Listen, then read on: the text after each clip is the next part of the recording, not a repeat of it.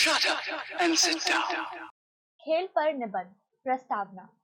भारत में प्राचीन समय से ही कई प्रकार के खेल खेले जाते हैं और देश का राष्ट्रीय खेल हॉकी को माना जाता है। विशेष रूप से बच्चे खेलने के बहुत अधिक शौकीन होते हैं। वे आसपास के क्षेत्र में पार्कों, बगीचों में खेलते हैं। इसके साथ ही वो आमतौर पर स्कूलों में होने वाले खेलों में भी भागीदारी लेते हैं। स्कूल स्तर पर, जिला स्तर पर, राज्य स्तर पर, राष्ट्रीय स्तर पर और अंतर्राष्ट्रीय स्तर पर देश के बच्चों और युवाओं की अधिकतम भागीदारी के लिए बहुत से खेल गतिविधियों का आयोजन किया जाता है। यद्यपि कभी-कभी राष्ट्रीय और अंतर्राष्ट्रीय स्तर पर जैसे ओलंपिक या कॉमनवेल्थ खेलों में खिलाड़ियों का खराब प्रदर्शन भारत में खिलाड़ियों के लिए अच्छी खेल सुविधाओं की कमी और अभाव को प्रदर्शित करता है। इतिहास। प्राचीन यूनानी काल में कई तरह के खेलों की परंपरा स्थापित थी और ग्रीस की सैन्य संस्कृति और खेलों के विकास ने एक दूसरे को काफी प्रभावित किया। खेल उनकी संस्कृति का एक ऐसा प्रमुख अंग बन गया कि यूनान ने ओलंपिक खेलों का आयोजन करना शुरू कर दिया, जो प्राचीन समय में हर 4 साल पर पेलोपोनेस के एक छोटे से गांव में ओलंपिया नाम से आयोजित किए जाते थे। खेल को पूर्ण व्यवस्थित रूप सर्वप्रथम यूनानियों ने ही दिया था। उनकी नागरिक व्यवस्था में खेल का महत्वपूर्ण स्थान था। उस युग में ओलंपिक खेलों में विजय मनुष्य की सबसे बड़ी उपलब्धि समझी जाती थी। गीतकार उनकी प्रशंसा में गीत लिखते थे और कलाकार उनके चित्र तथा मूर्तियां बनाते थे। खेल और स्वास्थ्य। शरीर का स्वास्थ्य एक अच्छे जीवन यापन के लिए बहुत ही महत्वपूर्ण है। हमें अपने लक्ष्य पर पूरी तरह से ध्यान केंद्रित करने के लिए हमारा मानसिक और बौद्धिक रूप से स्वस्थ होना बहुत ही आवश्यक है। खेल द्वारा हमें उच्च स्तर का आत्मविश्वास पैदा है, जिससे हमारे जीवन में अनुशासन उत्पन्न होता है और यह अनुशासन हमारे साथ पूरे जीवन भर रहता है। इसलिए हमें बच्चों को सदैव खेलों के लिए प्रोत्साहित करना चाहिए और घर तथा स्कूली स्तर पर शिक्षकों और अभिभावकों की समान भागीदारी के द्वारा उनकी खेलों में रुचि को बढ़ावा देने का प्रयास करना चाहिए। आज के समय में स्पोर्ट्स और खेल बहुत ही रुचिकर हो गए हैं और किसी के भी द्वारा किसी भी समय खेले जा सकते हैं। हालांकि पढ़ाई और अन्य किसी में भी लक्ष्य की प्राप्ति के लिए इनका बचपन से ही अभ्यास होना चाहिए। खेल का मानसिक एवं शारीरिक वृद्धि पर प्रभाव। नियमित रूप से खेल खेलने से मानसिक और शारीरिक वृद्धि को प्रोत्साहन मिलता है। यह हमारे शारीरिक और मानसिक संतुलन को बनाए रखता है। इसके साथ ही यह हमारे एकाग्रता स्तर और स्मरण शक्ति को भी सुधारता है। खेल हमारी एकाग्रता को बढ़ाकर हमारे जीवन को शांतिपूर्ण बनाता है। इसके साथ ही यह हमें किसी भी कठिन परिस्थितियों का सामना करने के लिए भी तैयार करता है। खेल लोगों में मित्रता की भावना को विकसित करने में भी अहम योगदान निभाता है और दो लोगों के बीच के सभी मतभेदों को घटाता है।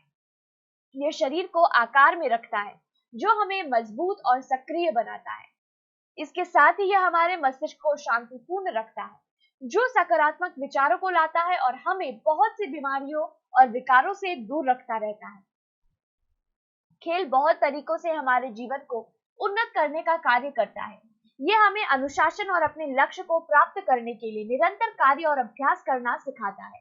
यह हमें शारीरिक और मानसिक दोनों तरीकों से स्वस्थ बनाए रखता है और इस प्रकार सामाजिक, भावनात्मक, मानसिक और बौद्धिक रूप से फिट रखते हैं। खेल के प्रकार। खेल कई प्रकार के होते हैं और उनके नाम उनके खेलने के तरीके और नियमों के अनुसार होते हैं। कुछ प्रसिद्ध खेल क्रिकेट, हॉकी, राष्ट्रीय खेल, फुटबॉल, बास्केटबॉल, वॉलीबॉल, टेनिस, दौड़, रस्सी कूद, ऊंची और लंबी कूद, डिस्कस थ्रो, बैडमिंटन थ्रो, तैराकी, खो खो, कबड्डी आदि है। खेल शरीर और मन, सुख और दुख के बीच संतुलन बनाने के द्वारा लाभ हानि को ज्ञात करने का सबसे अच्छा तरीका है। कुछ घंटे नियमित रूप से खेल खेलना स्कूलों में बच्चों के कल्याण और देश के बेहतर भविष्य के लिए काफी आवश्यक है। भारतीय एथलीट अंतर्राष्ट्रीय स्तर पर। अभी भी भारतीय एथलीट अंतर्राष्ट्रीय स्तर के खेलों में मानक स्थिति को प्राप्त नहीं कर पाए हैं। हालांकि यह लगता है कि आने वाले समय में वे ऐसा कर पाएंगे, क्योंकि वर्तमान सालों में खेलों का क्षेत्र बढ़ गया है। इसे देश की सरकार द्वारा स्कूल और कॉलेजों में बड़े स्तर पर बढ़ावा दिया जा रहा है।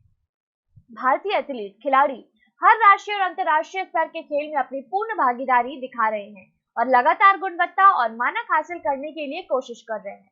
भारतीय खिलाड़ियों ने पिछले ओलंपिक खेलों में बहुत कम स्वर्ण पदक जीते थे। हालांकि वे बहुत ही साहस और उत्साह के साथ खेले थे, जिसने दर्शकों को काफी उत्साहित किया। भारत हॉकी, कुश्ती, क्रिकेट आदि कई खेलों में अग्रणी है। खिलाड़ी का चुनाव। सबसे अच्छे खिलाड़ी का चुनाव उन विद्यार्थियों में से किया जाता है जो स्कूली स्तर और राज्य स्तर पर बहुत अच्छा खेलते हैं। अब भारत में खेलों की स्थिति बदल गई है और यह लोकप्रियता और सफलता पाने का अच्छा क्षेत्र बन गया है। यह शिक्षा से अलग नहीं है और यह भी आवश्यक नहीं है कि यदि कोई अच्छा खेल खेलता है तो उसके लिए शिक्षा की आवश्यकता नहीं है, या यदि कोई पढ़ने में अच्छा है तो खेलों में शामिल नहीं हो सकता। इसका अर्थ यह है कि कोई भी व्यक्ति खेलों में भाग ले सकता है, चाहे वह शिक्षित हो या अशिक्षित। शिक्षा और खेल एक ही सिक्के अर्थात सफलता के दो पहलू है। विद्यार्थियों के लिए स्कूलों में खेल खेलना अनिवार्य कर दिया गया है। इसके साथ ही शिक्षकों और अभिभावकों को उनके स्तर पर उनके विकास और वृद्धि के साथ ही देश का भविष्य बनाने के लिए खेल खेलने के लिए भी प्रेरित करना चाहिए। निष्कर्ष। खेल बहुत तरीकों से हमारे जीवन को पोषित करने का कार्य करती है। ये हमें अनुशासन और अपने लक्ष्य को प्राप्त करने के लिए निरंतर कार्य और अभ्यास करना सिखाती है। इसके साथ ही यह हमें शारीरिक और मानसिक दोनों तरीकों से स्वस्थ रखते हैं और इस प्रकार हम सामाजिक, भावनात्मक, मानसिक और बौद्धिक रूप से फिट रहते हैं। इस तरह के एक प्रदूषित और दबाव के माहौल में जहां हर कोई तनाव देने के लिए और एक दूसरे के लिए समस्या पैदा करने के लिए तैयार हो जाता है, ऐसे में खेल मनोरंजन और मन को एकाग्र करने का सबसे अच्छा तरीका है। यह एकाग्रता स्तर और स्मरण शक्ति को बढ़ाता है और मस्तिष्क को सकारात्मक विचारों से परिपूर्ण कर देता है।